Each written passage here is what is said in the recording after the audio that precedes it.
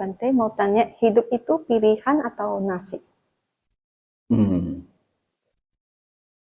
Hidup itu pilihan atau nasib, tergantung pada sisi mana kita melihat. Kalau kita melihat dari sisi sebab, tentu hidup itu adalah pilihan. Yaitu di saat seseorang punya kesempatan untuk memilih di antara banyak pilihan. Saat seseorang milih satu di antara banyak pilihan, saat memutuskan itulah karma. Dan konsekuensi dari pilihan yang diputuskan itu akan mengikuti dia. Jadi setiap waktu, setiap momen itu adalah pilihan. Pilihan bukan berarti sesuatu yang besar, yang signifikan apa di luaran yang kita harus kerjakan, tidak. Hal-hal yang kecil-kecil, sedikit-sedikit, berkaitan dengan apa, terkait dengan pribadi kita ini itu dalam memikirkan sesuatu ini itu, memutuskan sesuatu dalam pikiran, sesuatu yang kecil-kecil itu sudah menjadi keputusan-keputusan, tidak lain adalah karma-karma. Dari sekian banyak pilihan itu, kita memilih yang mana, itulah karma telah dilakukan. Tetapi di saat yang sama seseorang itu membuat pilihan, dia juga sedang menerima nasib. Yaitu apa? Mungkin situasi hati yang tidak nyaman, atau situasi hati yang segar, atau punya kenyamanan dari sisi materi, sisi kenyamanan dari sisi banyak teman, atau yang lain-lain. Itu adalah nasib. Nasib itu apa? Buah dari satu sebab. Namanya nasib. Begitu. Tetapi buah ini dalam cara pandang Buddhis bukan melulu apa secara lahiriahnya yang datang, melainkan apa? Sekali lagi, nilai apa, yaitu sisi buruk atau sisi baiknya, yang kita upayakan menyertai pemikiran pada waktu itu.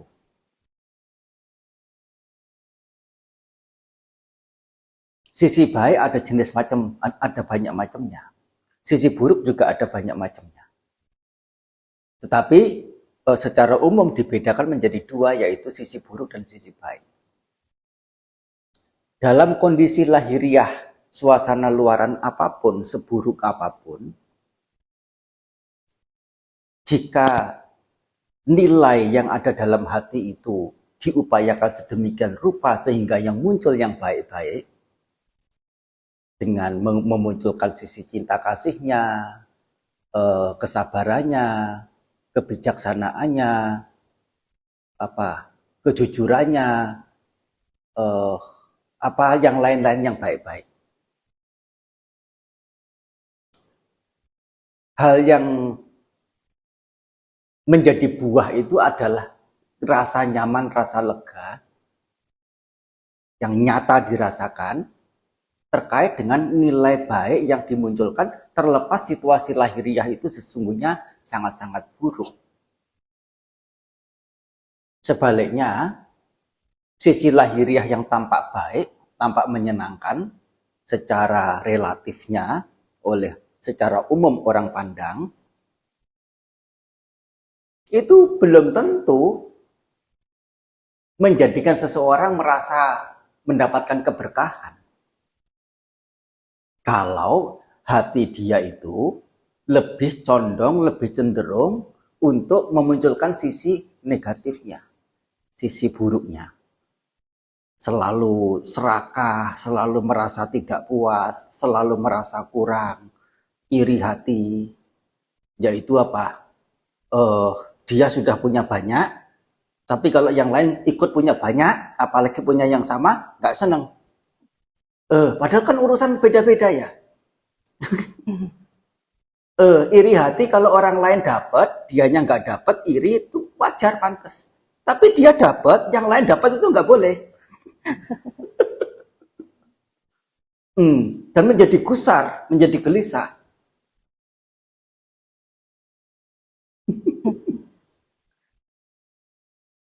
Ini bukan urusan sesuatu yang sifatnya lahiriah, sumber kebahagiaan.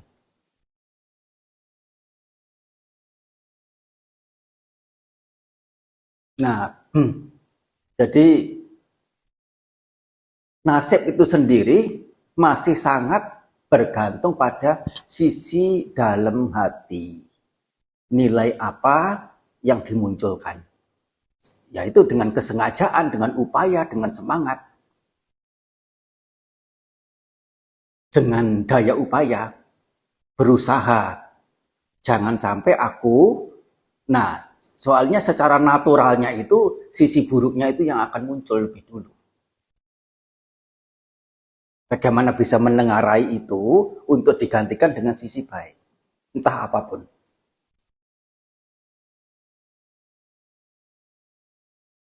Nah, dengan menghadapinya itu dari sisi baik, nasib pun menjadi baik. Dan karena nasib baik, nah kemudian untuk ke selanjutnya mau memutuskan apa segala sesuatunya itu, pilihan-pilihan itu, jika juga disertakan nilai bajiknya dalam memutuskan, itu juga karma baik, yaitu sebab baik.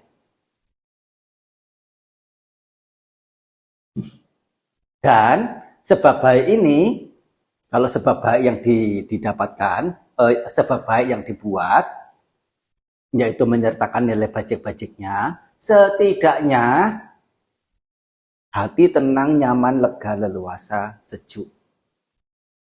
Dan lebih dari itu, banyak hal positif secara lahiriah ke depan nanti bisa didapat.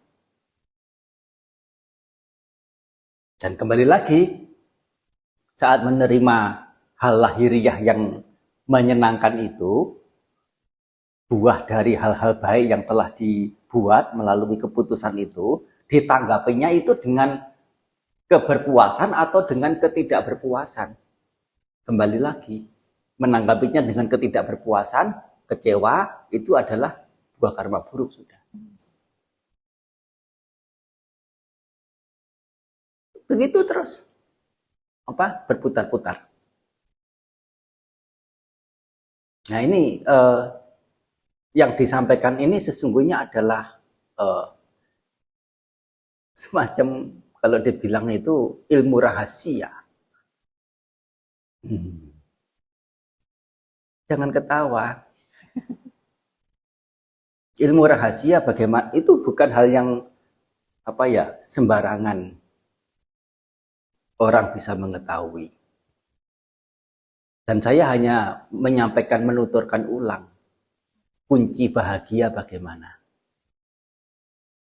Semuanya sudah ada di pustaka suci, di Pitaka. Hanya tentu saya tidak menyebut sutanya ini, sutanya itu, sutanya apa. Bahkan ambil dari sebagian suta ini, suta itu, suta apa. Dan kalaupun disebut juga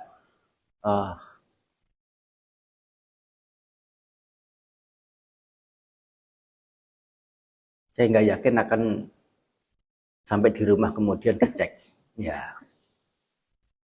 Dan sering menyebut nama-nama suta gitu, kalau dalam konteks tertentu, suasana tertentu, itu malah menjadi kaku ya. Kalau konteks tertentu, kependidikan, ini itu ya boleh.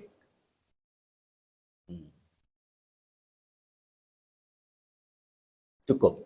Bante, Ya, terima kasih. baik. Anumodana ya.